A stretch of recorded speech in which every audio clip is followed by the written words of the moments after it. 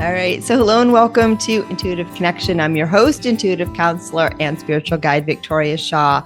And today we have a guest and one that I'm really excited to talk with and to share the conversation with you. And our guest is Dr. Amy Robbins, who's a clinical psychologist in private practice for almost 20 years and the director of mental health at Beyond, a holistic wellness club in Chicago. And Dr. Robbins has experience in both traditional and energy psychology and spiritual intuition. And her story is so cool. After an unexpected death of her aunt at a young age and a spiritually transformative experience with the other side, Dr. Robbins began a long journey into spirituality that has paralleled her clinical psychology work. And she opened up and shares about all of this on her amazing podcast, which I've just started listening to, and I know you guys will too, Life, Death, and the Space Between, where she provides an ever-growing library of resources to explore the complex synergy between the psychological and the spiritual. So you can see that we are kindred souls in what we're here to do. Empowering you to know your true self. I love this, and live a more fulfilling and connected life. All right, we're gonna stop there, and we're gonna get to know you as we go along. Dr. Robbins, welcome. You can call me Amy. Thank Dr. you Amy. so much. Welcome. I'm so excited to have this conversation because we do similar things. And the tagline on this show is where spirituality and psychology meet. And I believe that's where you live.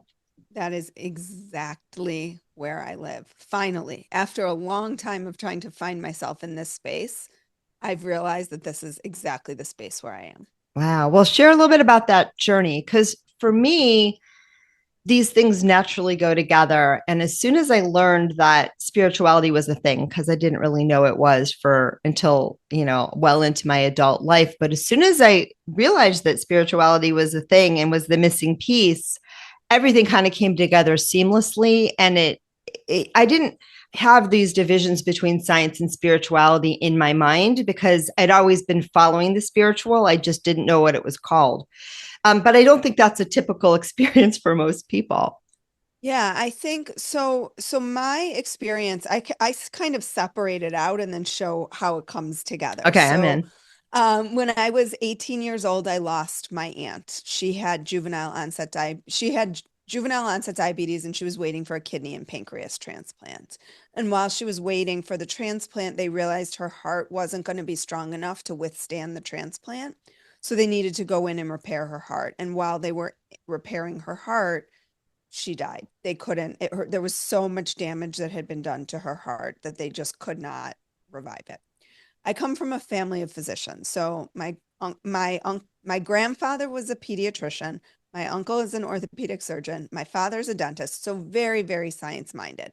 However, my grandmother was all the same side of the family, was really intuitive, and not in the way, people often say, like, does this run in families? Not in like a talk to dead people spirit intuitive, just had like a really good sense of people. She was very smart. She went to Northwestern back in the day. She was a social worker. Like, I mean, this was like before, women were even anything but nurses and teachers. And even that was like a big thing. So, I came from this medically materialist background, and I was in college at the time, and I got that dreaded call that so many people get. And it was, Aunt Linda didn't make it through the surgery. You need to come home. I came home for a couple days and went right back to school, and didn't realize at the time that I had really internalized a lot of her story. So there were a lot of not similarities, but in my mind, similarities. Like, she was the oldest of three kids. I was the oldest of three kids. Everything was the same order as we were. She actually had gone through a really bad divorce that I witnessed at a transformative time in my life between my ages of like 13 and when I went to college. And so I saw this version of her that was very weak and frail and needy, and it really turned me off. And part of what happened through her divorce was that she was left with nothing. She was a stay-at-home mom. She didn't work. They lived very, very comfortably. And then they went through this divorce, and she had nothing. And Wow. so she had to go back to work in conditions that weren't ideal for her health situation. And I'm sure now, like the stress, what we now know about how stress exacerbates these illnesses, and then the environment was cold and it wasn't great for her circulation. So there were like a lot of issues that she had had as a result of this. So in my mind, and again, not knowing this at the time, I was like, that will not be me. In no way will that be me.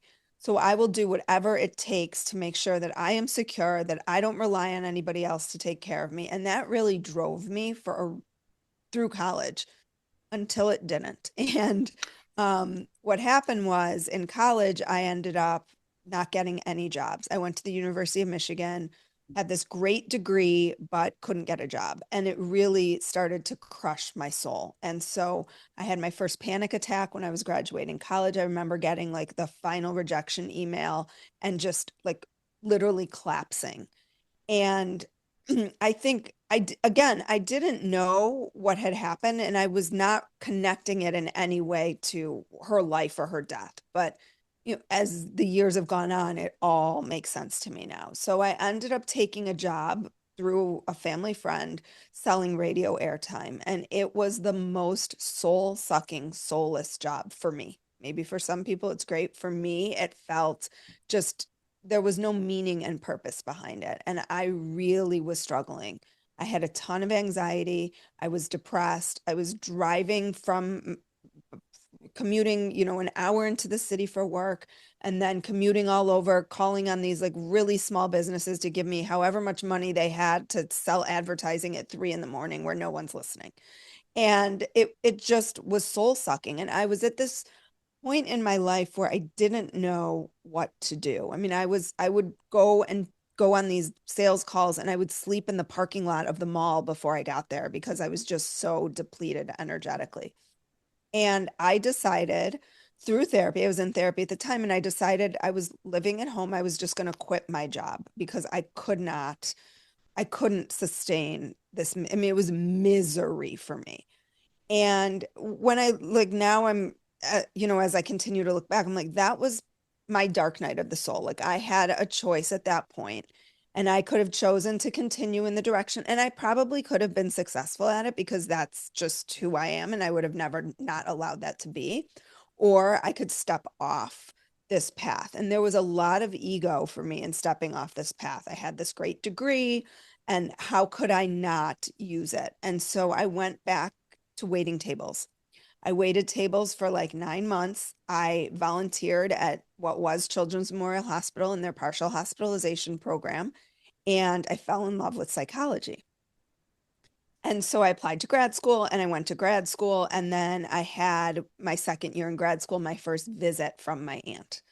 And in that visit, and I give you all this backstory because I think it's important as we think about like psychology and spirituality, how these two can fit together so beautifully. And after this, so I was in grad school. It was shortly before my cousin's wedding, her son, who is like a brother to me. I'm extremely close with him. And I had my aunt came to me. It was everyone always asks, was it a dream? It was during the sleep state, but it was very different than a dream. And I saw an image of my mom. So my aunt and I were sitting at the kitchen table in my house, and I saw an image of my mom. My mom was standing at the kitchen sink and she was talking to my aunt, and she said, I can't believe, no, my aunt said to me, let her know I'm going to be there. I'm going to be at the wedding. And then I saw an image of my uncle, her brother, and she said, let him know I hear him when he's talking to me when he's out walking or running or pushing the stroller. Like I hear him. I have a much younger cousin. And I remember like this energy leaving the room and then hearing my dog bark and me rolling over and looking at my now husband and saying, Aunt Linda was just here. She was just here. And he's like, what are you talking about? It's like, she was here. Like, it was real as we are talking. That's how real it was. And kind of, didn't think a lot of it. I called my mom. I told her what happened. My mom started crying. She said, I was standing at the kitchen sink last night talking to her. And I said to her, I can't believe you're not going to be there. You're not going to be at the wedding. Yeah, I know.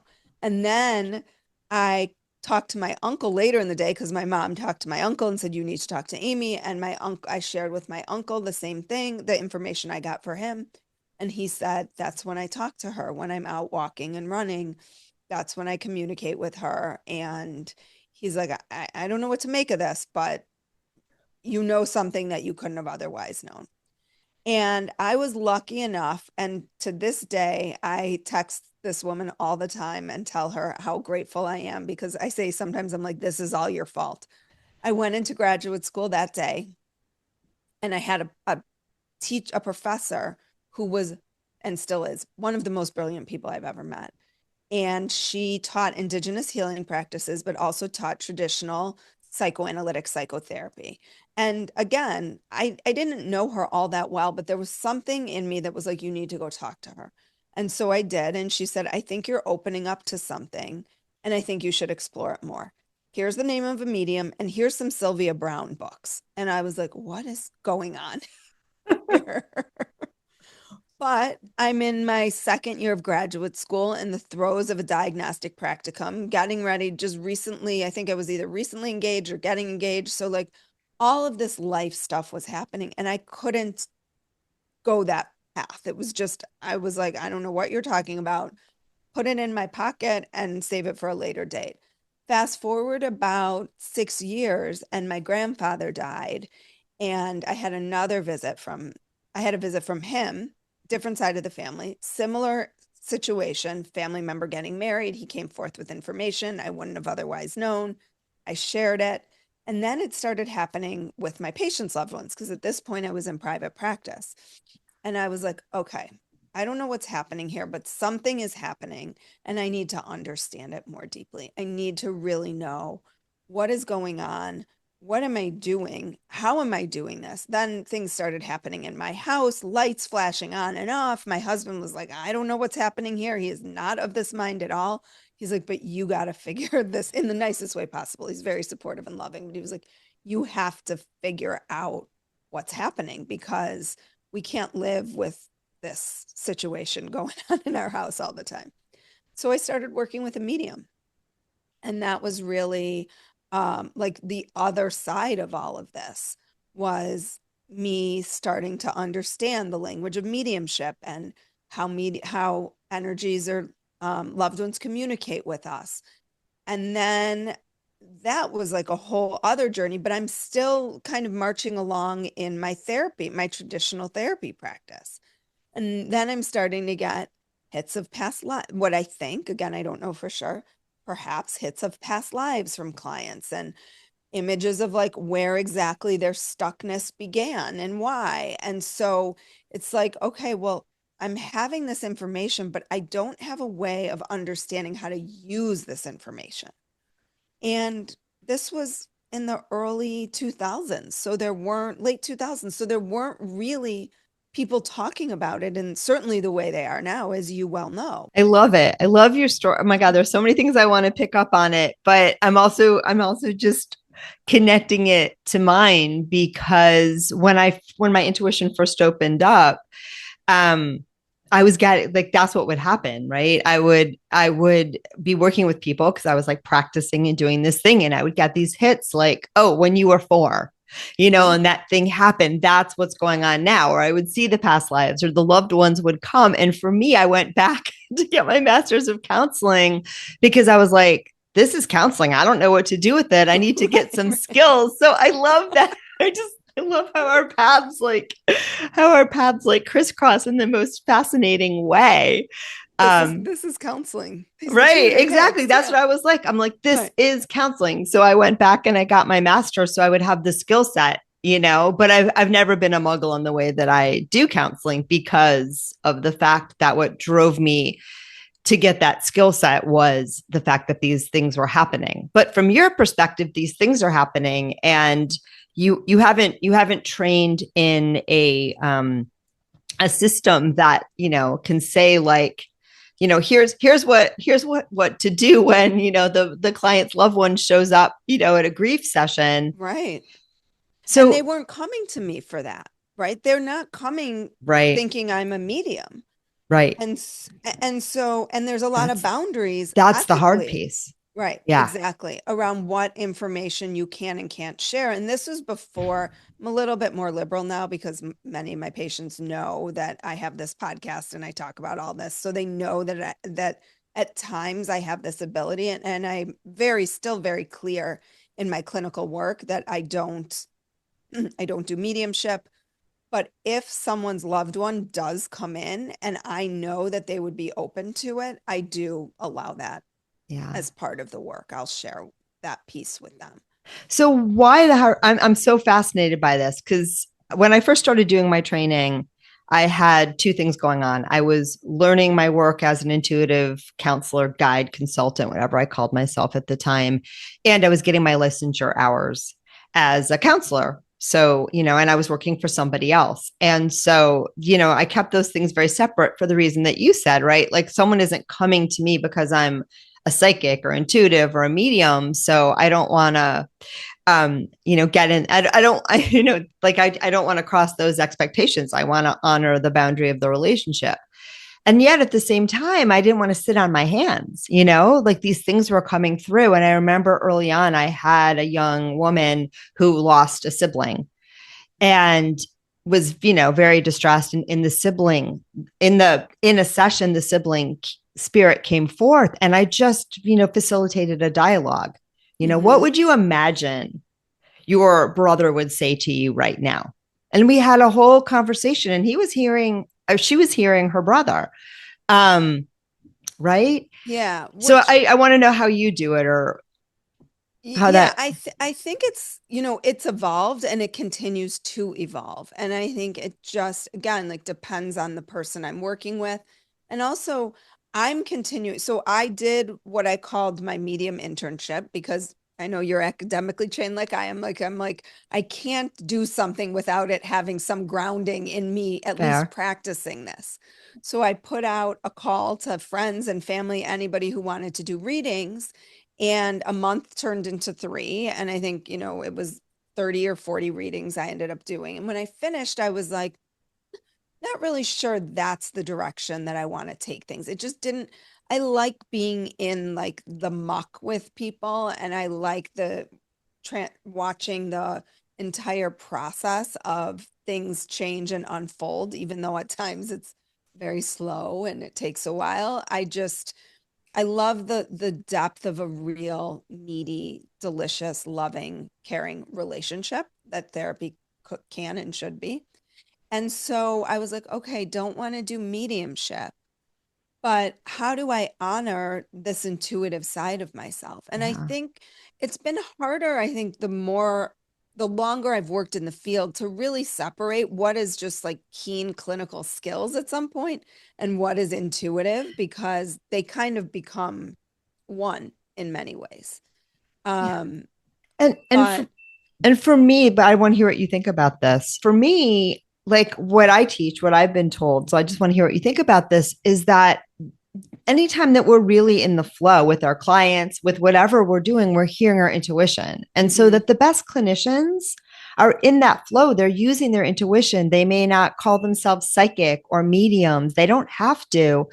But I really believe that when we're in that flow with our patients or clients or whatever verbiage you use, you are tuning into that channel. yeah, I would agree. And sometimes I'm much more deliberate about it, where I'll literally say, not out loud, but I'll just say like quietly, like, can you please help guide me through this session and just show me where I need to go next, type of That thing. I And love then I'll that. just sort of see whatever comes in. Sometimes I feel like the information is just channeled, and other times I feel like I can hear something outside of myself. And I think it's, I'm always so curious how it works for other people too, because sometimes it's so subtle and sometimes it's not subtle at all. And, like I had a client recently who was pregnant, and I knew she was pregnant. And I knew she was trying to get pregnant, but I also knew she was pregnant. And the reason that I knew is because I got a download, and and I had other patients also trying to get pregnant at the same time. And I didn't get that from Right. them. So this was just very different. And I think because I've been in this space for now almost 20 years, it's like you start to train yourself and you learn those different subtle energy shifts Yeah. So I can differentiate, but sometimes it's hard to put into words exactly what that looks like or feels like, because it is in many ways a felt sense, like that claircognizance. You just know, Yeah. and you don't know how you know, but you just know. And and it's like the kind Right. of knowing if someone told you it wasn't true, it would be like, no, but it is. Right. It's so Right. deep. And Yeah. so then when she told me, it was really interesting. I have her permission to share this story because I think it really highlights so many aspects of like, where do you draw the line in this work? I knew before she knew. Right. And there was like funky things happening. So she wasn't getting a positive pregnancy test.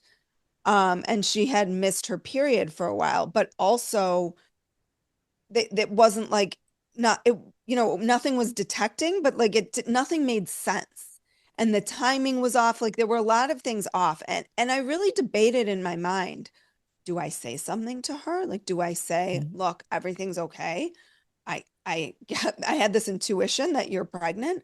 But in this moment, it felt like this was part of her journey that she needed to be on, to explore what was getting stirred up for her anxiety wise and why this was so hard for her. And there was a lot in the work that, had I just jumped in and said, look, I got this intuitive hit and you're pregnant and don't worry about it, that would have taken that away, that part of her process away from her.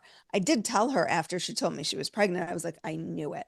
She's like, you did? How? And I shared with her what Right. happened. And I think at that point, it gave her a little bit of security to like just take a deep breath and not be super anxious about her pregnancy the whole time, which she had been in a previous pregnancy. Um, but I think it was like one of those moments where you have the information, but how are you using it as a Yeah. clinician, that you have to be really careful about. Like, what is my intention behind this? Yeah. And I feel too, and everyone works differently. I have a coach that I've been working with forever.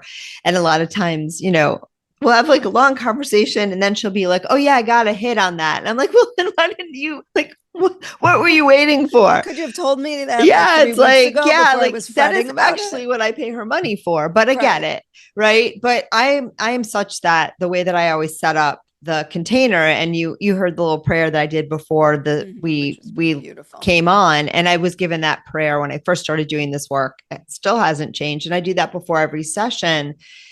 And for me, the way I work, this is how I prefer to work, is I'm just a channel. It just comes through me, and I trust whatever I'm given is meant to be used or shared. And unless the guides say this is for you alone, and that's very clear, I just assume if I'm being told I am meant to communicate it, that's just how I set the container for me. But again, in the counseling relationship, if that's what I mean, that's a very different thing. And, I think too, to give somebody reassurance can be really helpful. But like, she had to come to the place, my guess is in that particular interaction, even if you had said it to her, it wouldn't have made her feel better. Like, she Right. had to come to the place where she felt okay with it. You saying, like, I got a hit, I think it's going to be okay. It might have been a piece of information, but it probably wouldn't have changed anything. Right. Right. You're Yeah. absolutely right. And I Yeah. think that, the therapeutic space too is interesting because we do have so many ethical boundaries and guidelines. And so I'm super cautious as well, because I so value the intuitive work, and I value mediumship as a way to process grief, and I value connecting to one's higher self.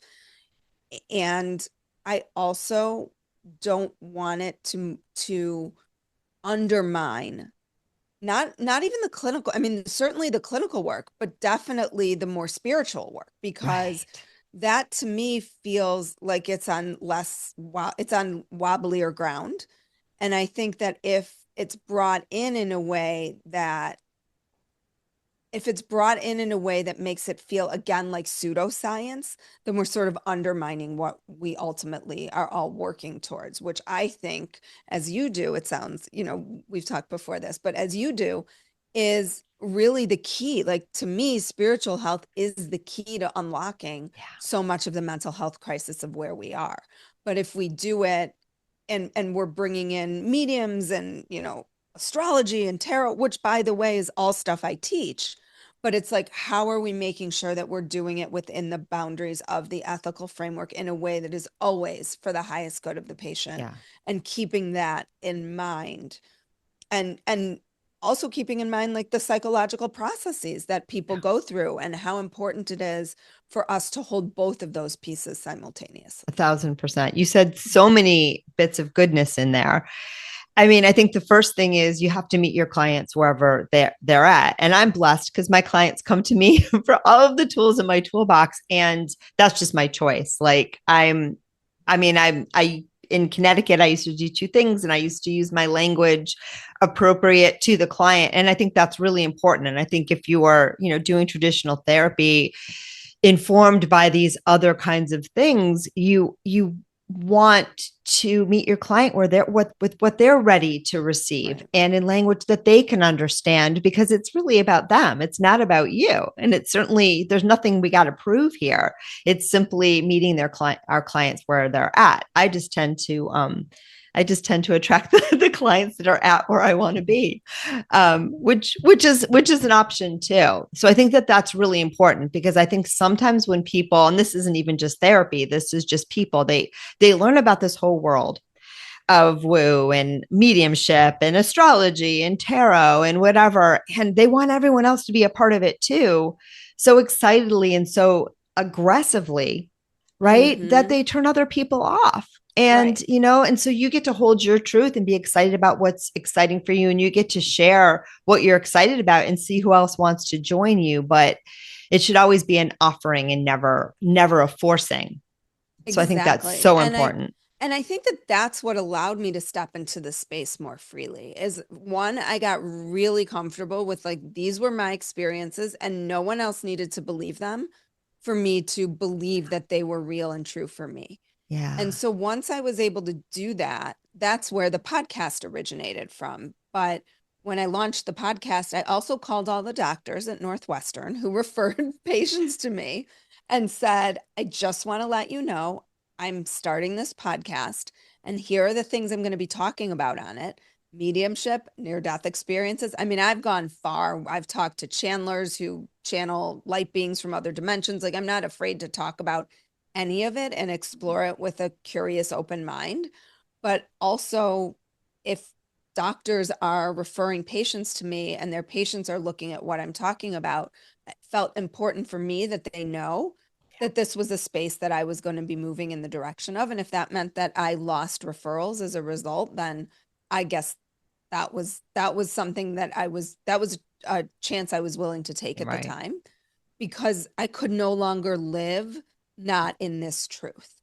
And I Right. think that that's where it sort of goes all the way back to like this dark night of the soul experience with my aunt. And I thank her daily for being such a guide for me. And she thanks me for living out these parts of herself that she never could.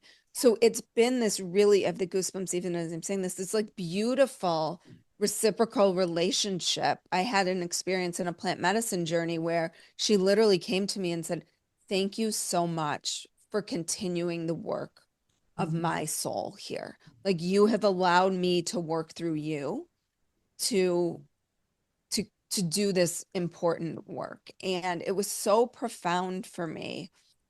And it really has been. I mean, I feel like I'm living what she couldn't live in so many ways. And especially now because I'm her age when she died. So I'm like, do not take me out of this world yet. Like, I got a lot left to do here. I got a lot left to do. For sure. For sure. Yeah, I don't she doesn't see that coming. Yeah. No, that's so beautiful. That is so beautiful. And you're living your truth, which is, I think, what we all long to do. And I think as therapists too, we long to help our clients learn to do that, Mm-hmm. so Mm-hmm. it's leading by example. And I want to pivot to a little bit, because, and this is my understanding, Amy, so you'll tell me what you think, but my understanding is what makes things really magical in that therapeutic space, and really in any space that you want to grow and learn and heal. But I think when therapy is really, really working, it is because both the therapist and the client are tapped in. they're tapped Mhm. in. And I think we have the training, and I think we have the tools and all of these things and the structures. And I think all of these things can be very facilitative if we don't get lost in them, that can point us towards those opportunities to tap in and hear our own guidance. But for me, that those are the moments where the magic happens.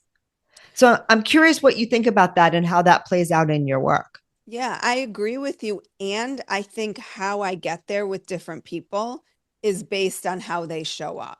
Yeah. So the language that I use, and again, I'm touching on some of the stuff that I teach in my course, but the language that I use meets the language that they're using. So I'm holding the spiritual framework in my mind, but I might not be using those terms to define it because that wouldn't jive with them.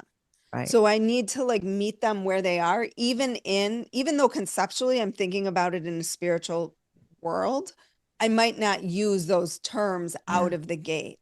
Yeah. But over time, and I'll start to hear the shift in how they're talking about things too. And then I know, okay, like this groundwork has been laid for more of these spiritual conversations. And so it shifts from maybe something like specifically like how are you feeling to what energy are you bringing in Oh, today, I love that. or what did you feel energetically when you were with that person. And so that's the part where I'm like teaching people subtly how to tap into these parts of themselves in a way that feels, even though I mean psychology is the the exploration of the soul. Psyche Yeah. is soul. Yes. And I was joking the other day. I'm like, I'm changing my title to a soulologist. Like, I why love are we that. called psychologists? Because when we stay in the mind, we get away from the soul. And what I heard, I was talking to someone yesterday in an interview, and she said she was referencing someone that she had read, and she called it a soul hole. And when people show, I know it's a little weird, but when people show up in therapy, where is the soul hole? Like, where is Yeah, this hole in their soul? And how can you think that makes about sense. repairing that piece of things? Because usually something happened that caused, as I see it, like a disconnect from that alignment. And when I look back at my relationship with my aunt and that path, that to me was like a crossroads, right? Like I could have continued on the path of selling radio airtime, which might have turned into something else, which might have turned into something else. And I would have been so far down a path that I would have been afraid to step off. And we see this all the time with people, whether it's a job that they hate, a relationship they felt like they knew, walking down the aisle, it wasn't going to work out, and they still walked. A job they took and then they got deeper. They went to graduate school and then they were too deep into graduate school and then too deep into, whatever it is. Fill in the blank. For me, it was just I had this great education, and how could I have ever not? How could I step off that Right. track? Right? You got to step off like the treadmill. And that's really difficult to do. And I think it's really difficult to do the deeper you get into a life that feels like it relies on all of these pieces in order to be sustained. Yeah, that's huge what you just said. That's huge. But you stepped off. Yes. And I was young. I mean, I was lucky, right? Like I Yeah. didn't have, again, that to me was like divine guidance. Like I did Yeah. not have, and I didn't have those words at the time. I mean, I was curious about Brian Weiss's work and had read some of his stuff, but that was about the extent of my spiritual journey. And when I look back, I'm like, that was a spiritual awakening. And there was something inside of me. And luckily, I was, strong enough at that point to listen. And I had the support of my family. I was living at home. So that was great. But again, I was living at home and everybody else was living in the city, living these great lives and going out. And I was in my room that I grew up in. But it allowed me the space to really explore and try to understand more deeply what is it that my soul is calling out for here. Yeah. And I feel like I mean, you said so much because in your story too, and I think this happens a lot. I'm thinking about this happening with my very own offspring, who I will not share details on the show because they wouldn't like that. But sometimes too, the universe will close some doors for you, because the universe, life is responding to the conglomerate of what we're looking for, what's going to satisfy us. And so sometimes we think we want this job or that job. But life knows better. Life Right. knows, just follow this little dead end a little longer so that you get on the other track, right? And so, I mean, I feel that when we can find the value in and usually we don't see the value in those things until long after they've Right. So we can happened, look back. right? But Exactly. you can look back and go, gosh, if I'd gotten my dream job and was hanging out with my friends in Chicago, like I might have missed this train altogether. Or it might have come when I was 40 or 50 or, Right. Or it because might you're have been going to get harder to those get off of. opportunities. I don't know if it's harder because I'm sure we have a lot of people now, that wherever you are, when, you get the memo that there might be another train and you have the opportunity to jump tracks. I mean, but for you, Yeah. definitely, that was Yeah. probably I the, think just the level of responsibility sometimes that gets to be more challenging, right? Like that's yeah, when you have people, if you're in a relationship or you're married or you have children or yeah, whatever it is, it's like harder to step off that. I mean, if I was 40 and said, oh, you know what, I'm going to go back to graduate school for 6 years to become a psychologist, yeah, that felt harder at yes. 40. And maybe it wouldn't have been. Maybe there would have been other things that would have made I itself did it at easier for me. 40. There you But it's go. it's about the divine timing. It's about, Right. wait, when is the right time for you, and listening to that and knowing that friends that are out there listening, if you think this is the right time for you, it And listen is. to that. Like pay Yeah. attention. Because I think what happens when you don't is symptoms. You'll start to see symptoms. And this is again where the psychological and spiritual, I think, come together is when, Yeah. like for me, I wasn't listening. There was that voice inside of me saying, this is not right for you. And what did I develop? I was depressed. I was anxious. Like all those symptoms were starting to rear their head because I was out of alignment with what I was supposed to be doing and with what my soul was really wanting, which was to help more people. Yeah. 1,000%. All right. I could talk to you forever, but I can't talk to you forever. No, I but I'm going to know. talk to you soon. I know. I'm excited. I'm really Gonna turn the excited. table, turn the I mic. I'm so excited, and she's a great interviewer. I was listening to some of her episodes Oh, this morning, thank you. friends. You're going to want to check out the podcast. It's just a beautiful piece of work and such great information out there. And I'm just so grateful for you and the work that you do, speaking to people that might be on the fence, that might be on the edge, that want to bring more of this into their lives, and maybe don't know where to start. And bridging that gap, it's just so important. It's so important because I think, my guess is 10, 15, 30 years from now, this is all going to be commonplace. Oh, The yeah, it Watching the feels like, evolution within my lifetime, and even when I started practicing, where I was doing two separate things to where I practice now, where I just do one thing. And it's because more people are ready for what I do.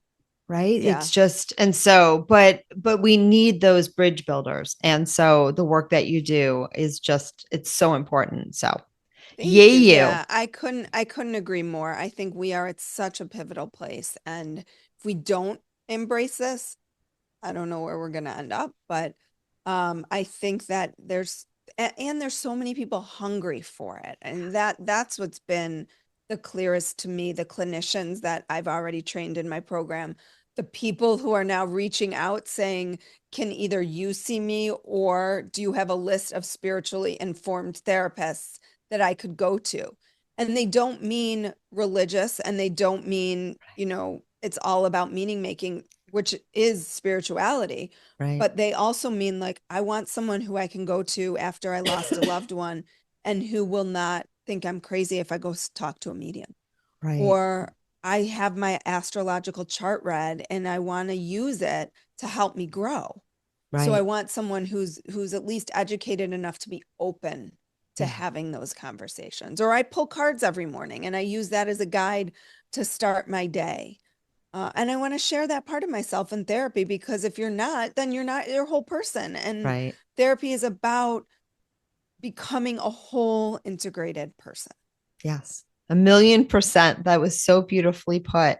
All right, Amy, I ask everybody on the show, how do you personally experience your intuition? You've talked about it a little bit. But what is that experience like Oh for you? God, I have so many different ways that it comes through, which is so fun. Like I love it because it's so playful. Like sometimes I'll literally ask specifically, show me something concretely. I get a lot of messages and license plates.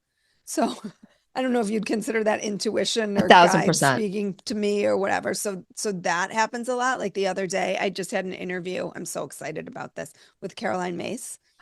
I know.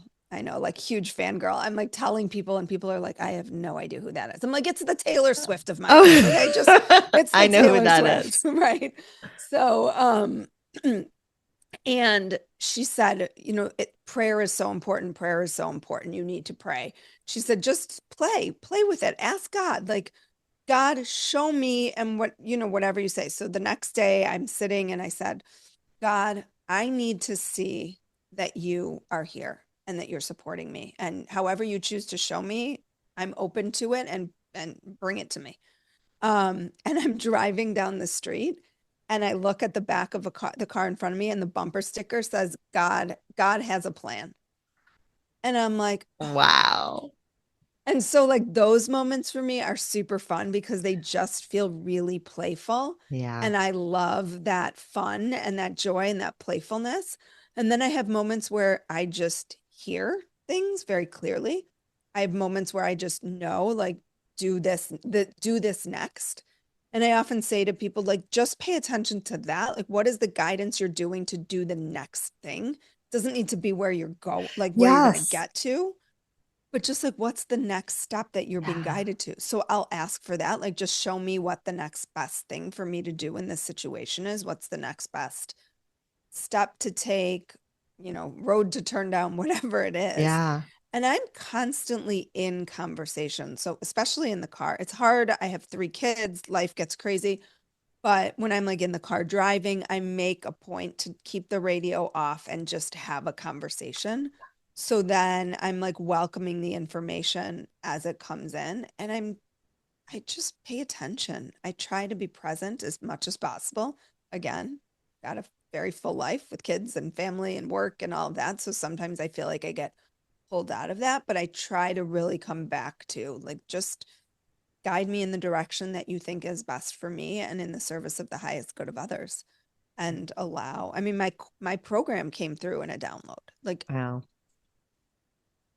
It's beautiful. You said so much in there too, because I love that you get your guidance from driving.